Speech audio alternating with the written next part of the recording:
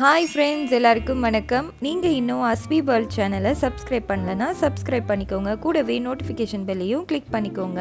இன்றைக்கி எக் மசாலா தான் பார்க்க போகிறோம். அதுவும் பெப்பர் எக் மசாலாங்க.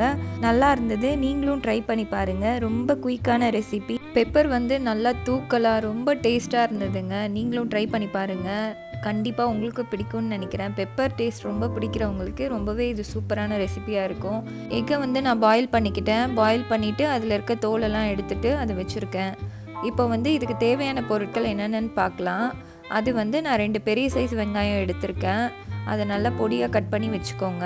நான் என்னென்ன இன்க்ரீடியன்ட்ஸ்லாம் யூஸ் பண்ணியிருக்கேன், மசாலாலாம் யூஸ் பண்ணியிருக்கேன்றதை டெஸ்கிரிப்ஷன் பாக்ஸில் கொடுக்குறேன், நீங்கள் செக் பண்ணிக்கோங்க. 2 தக்காளி எடுத்திருக்கேன், பெரிய சைஸ் தக்காளி. அதை நல்லா பொடியாக கட் பண்ணி வச்சுருக்கேன். கொஞ்சம் கொத்தமல்லி, கருவேப்பிலை, அதுக்கப்புறமா 2 பச்சை மிளகா சின்னதாக வெட்டி வச்சுருக்கேன். இவ்வளோ தாங்க. இதை வச்சு தான் பண்ண போகிறோம். உங்களுக்கு கொஞ்சம் கிரேவி அதிகமாக வேணும்னா நீங்கள் கொஞ்சம் வெங்காயம் தக்காளி அதிகமாக ஆட் பண்ணிக்கோங்க. இதுதான் மசாலா. மிளகாத்தூள் 1 டேபிள் ஸ்பூன் எடுத்திருக்கேன். அதுக்கப்புறமா பெப்பர் 1 டேபிள் ஸ்பூன் எடுத்திருக்கேன். அது கூடவே கரம் மசாலா ஒரு 1/2 டீஸ்பூன் எடுத்திருக்கேன். அதுக்கப்புறமா கொஞ்சம் மஞ்சத்தூள் எடுத்திருக்கேன். 1 டேபிள் ஸ்பூன் மல்லித்தூள் எடுத்திருக்கேன், அதாவது தனியா பொடி. இவ்வளோ தாங்க நான் மசாலா யூஸ் பண்ணியிருக்கேன். பெப்பர் கொஞ்சம் அதிகமாகவே எடுத்திருக்கேன். அதுக்கப்புறம் கொஞ்சம் இஞ்சி பூண்டு 1 டேபிள் ஸ்பூன் எடுத்திருக்கேன். இப்போ கடாய் வச்சுட்டேன். அதில் எண்ணெய் கொஞ்சம் இதுக்கு அதிகமாக தான் விடணும். நான் 2 டேபிள் ஸ்பூன் எண்ணெய் விட்டுருக்கேன். கொஞ்சம் சோம்பு பொடி போட்டுக்கிறேன். இப்போ கொஞ்சம் ஜீரக பொடி போட்டுக்கிறேங்க, 1/2 டீஸ்பூன் போட்டுக்கிறேன். அது கூடவே கருவேப்பிலை போட்டுக்கிறேன். கருவேப்பிலை போட்டுட்டு அதுக்கப்புறமா பச்சை மிளகா போட்டுருவேன். அதில் போட்டுட்டு நல்லா மிக்ஸ் பண்ணி விட்டுட்டு வெங்காயம் போட்டுற வேண்டியதுதான். நெக்ஸ்ட்டு இது கூட நான் வெங்காயத்தை போட்டுக்கிறேன். வெங்காயத்தை போட்டு நம்ம நல்லா வதக்க போகிறோம். வெங்காயம் நல்லா வதங்கணும். அப்போ தான் இது டேஸ்ட்டாக இருக்கும் இந்த பெப்பர் மசாலா. ஏன்னா இதில் நம்ம தண்ணி ரொம்ப ஜாஸ்தியாக சேர்த்து அதிகமாக நம்ம சாஸ் மாதிரி பண்ண போகிறதில்ல, கிரேவி மாதிரி. இது கொஞ்சம் ட்ரையாக தான் இருக்கும். அதனால் வெங்காயம் நல்லா வதங்கணும். உங்களுக்கு வெங்காயம் பச்சையாக இருந்ததுன்னா நல்லா இருக்காது. அது கூடவே கொஞ்சம் கல் உப்பு சேர்த்துக்கிறேன். சேர்த்துட்டு வெங்காயம் சீக்கிரம் வதங்கிறதுக்காக நல்லா கோல்டன் ப்ரௌன் ஆகணும். எக்கு நீங்கள் இது மாதிரி 4 பக்கமும் கொஞ்சம் கட் பண்ணி விடணும். கத்தியால் வச்சுட்டு லைட்டாக நீங்கள் கட் பண்ணி விடுங்க. 2ஆக கட் பண்ணி கூட போடுவாங்க சில பேர். நான் அப்படி போட மாட்டேன். எனக்கு இப்படி தான் பிடிக்கும். நான் அதனால் இப்படி தான் பண்ணுவேன். இப்போ வெங்காயம் நல்லா வதங்கிடுச்சுங்க. நல்லா கோல்டன் ப்ரௌன் ஆகிடுச்சு.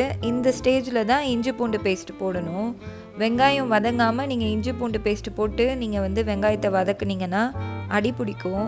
அதனால் இந்த ஸ்டேஜில் போட்டுட்டு நீங்கள் நல்லா அதை கிளறி விட்டுருங்க. நல்லா மிக்ஸ் பண்ணிவிட்டு இப்போ நான் அது கூட நெக்ஸ்ட்டு தக்காளி சேர்த்துப்பேன்.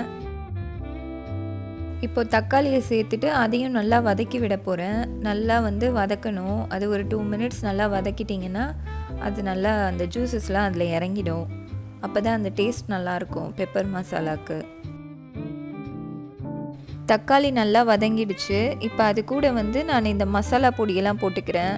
மசாலா பவுடர்ஸ்லாம் போட்டுட்டு நல்லா வதக்கி விட்டுருங்க. அந்த எண்ணெயிலே வதங்கினா தான் அந்த டேஸ்ட் நல்லாயிருக்கும். இல்லைனா உங்களுக்கு அந்த பச்சை வாசனை இருந்துகிட்டே இருக்கும்.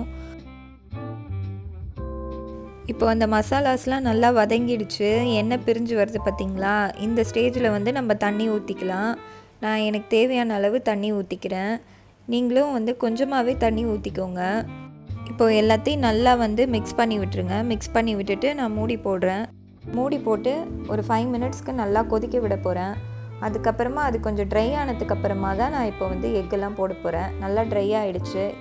ஆல்ரெடி நான் சொல்லியிருந்தேன்ல, அது மாதிரி எக்கு இது மாதிரி நீங்கள் கட் பண்ணி வச்சுக்கோங்க. அப்போ தான் மசாலாலாம் உள்ளே நல்லா இறங்கும். அதுக்காக தான்.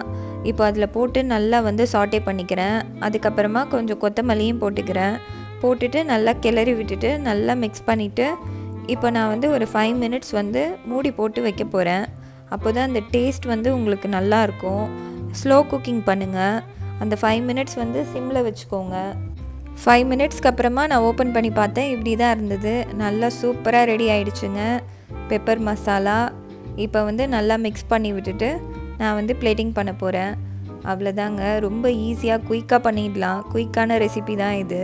இந்த ரெசிபி உங்களுக்கு பிடிச்சிருந்ததுன்னா மறக்காமல் என் சேனலை சப்ஸ்கிரைப் பண்ணுங்கள். கூடவே நோட்டிஃபிகேஷன் பெல்லையும் கிளிக் பண்ணிக்கோங்க.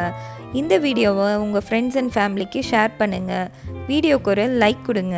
வீடியோக்கு கமெண்ட் பண்ணுங்கள். நெக்ஸ்ட் இது மாதிரி ஒரு குயிக்கான ரெசிபியோடு நான் உங்களை பார்க்குறேன்.